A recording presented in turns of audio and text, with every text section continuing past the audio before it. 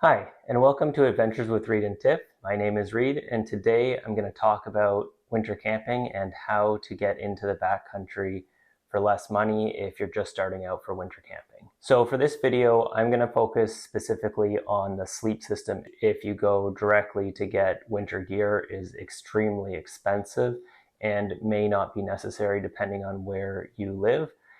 Because we're talking about winter camping here, I do want to make sure that everyone knows that you're responsible for your own safety and the conditions that you're going out in will make the decisions on certain pieces of gear for you. Your decisions might be different than mine depending on where you're living. And I'll talk about sort of where some of the differences are. But I would also recommend, if you have someone that you know that does winter camping, to reach out to them. Maybe you can go with them for your first time, or there are a lot of different YouTube videos out there. But this video is also to talk about how you'll see a lot of this extreme gear on videos that you might not need if your weather is not that extreme. This is primarily for beginners for winter camping, but not beginners for backcountry camping. I'm assuming that most people have the normal 3-season gear for backpacking, portaging, backcountry adventures of any type. So I'm going to focus on some of the differences going from your 3-season setup to 4-season. So to start off with, the biggest thing is your sleeping bag. So this sleeping bag is 0 Fahrenheit or minus 17, minus 18 degrees Celsius comfort rated sleeping bag. You'll see a lot of different ratings on sleeping bags. Make sure you understand what the comfort rating is, because I also borrowed a sleeping bag from someone that was a minus 18 or 0 degrees Fahrenheit sleeping bag, where the comfort level was only minus 5 degrees Celsius, which is obviously a big difference when you're going winter camping. But this one here is very warm, and it took a lot of shopping around in order to find a sleeping bag that met my needs, because a lot of my camping trips, the overnight lows are minus 10 to minus 13 Celsius, sometimes a little bit colder than that. But also that wasn't going to break the bank, because you can go for expedition style ones that will take you down to minus 40 degrees Celsius, but those are going to cost you over $1,000. And for me, I get out about 3 times a season in the winter, and so justifying $1,000 sleeping bag just wasn't something that I could do. This one is the Priya Thermodown Zero. I couldn't find anything else that even competed with it in terms of price and quality. I did my research in terms of reading reviews on it before I bought it as well, to make sure that it worked for me.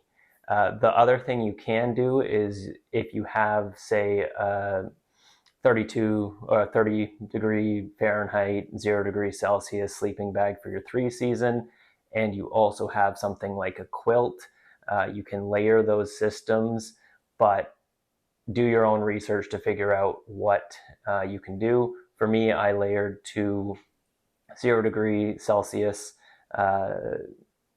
quilt in a bag. For the first time I went out, it wasn't comfortable, but it was safe for the conditions I was going out for. But if you are interested, Enlightened Equipment has a table on their website which talks about their quilts and layering them. So unless you have all of their equipment, it's not going to be completely accurate, but it's a good way to look at it. The next part of your sleep system is your sleeping pad. So I'm assuming that most people that are doing winter camping, like myself, live in areas where there is cold temperatures anyways. So you most likely already have an insulated sleeping mat. This one is sort of a 3-season one. It's just over a 4 R value.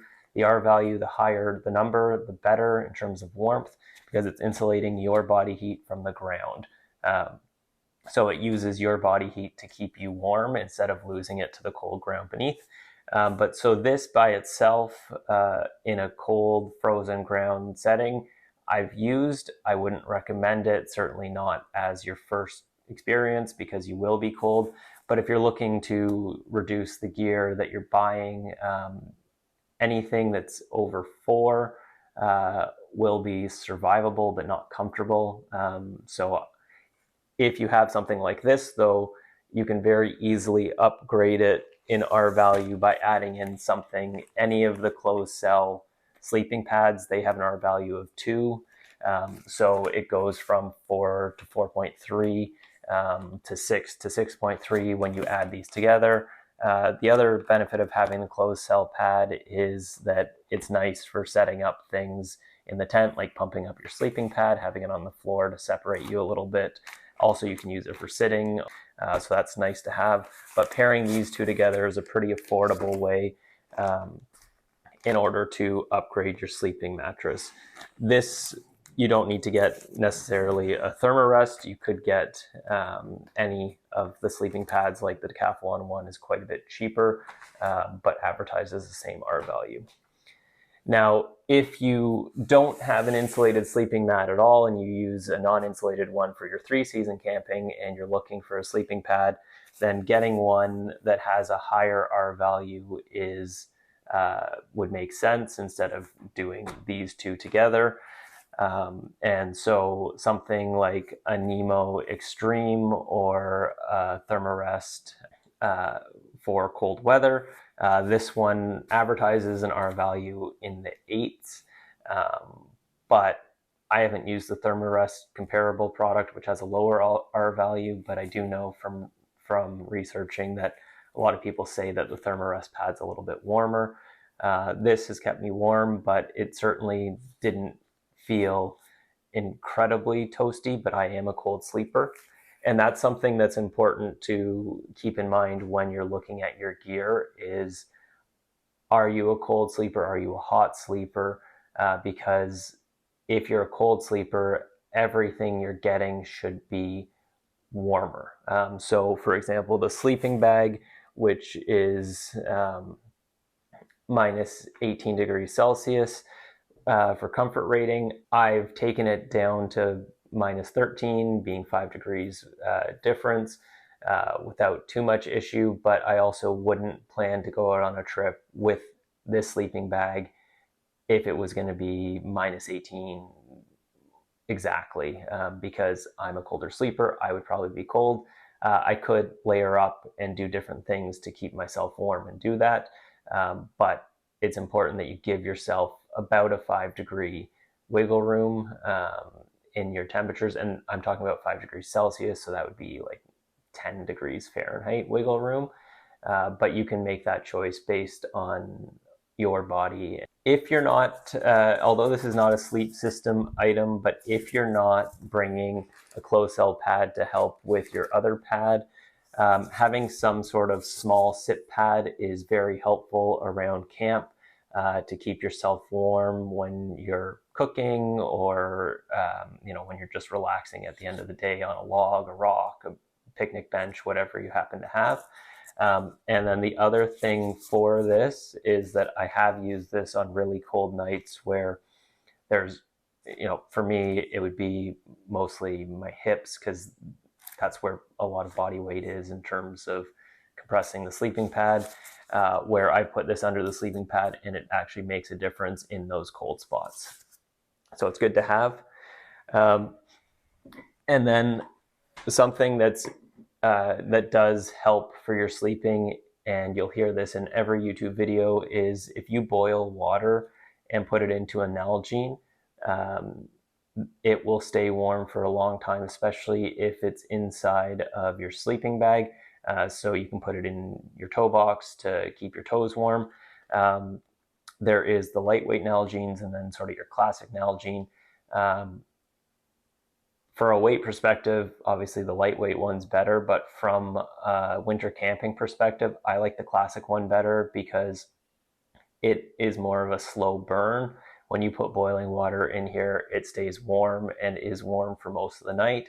For the lightweight one, it is hot when you put the hot water in, and it will only last for part of the night before it gets cold completely. But either way, it's good. Even if you don't need the warmth, it's good to have something with water in your sleep in a warm area so that you have water the next morning to start your day. I hope this helped.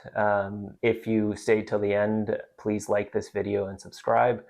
And please remember that winter camping is amazing. It's fun to do. You're going to see a lot of things and that you wouldn't see during the summer or other months. So I highly recommend it, but you are responsible for your own safety, and make sure that you keep in mind what temperatures you're going to go out in, how you're going to protect yourself, and how you can enjoy yourself. Because if you're freezing cold and not only are you not going to enjoy yourself, it could be dangerous. So take care of yourself, take care of the people that you're going with, and have a fantastic time. Thank you.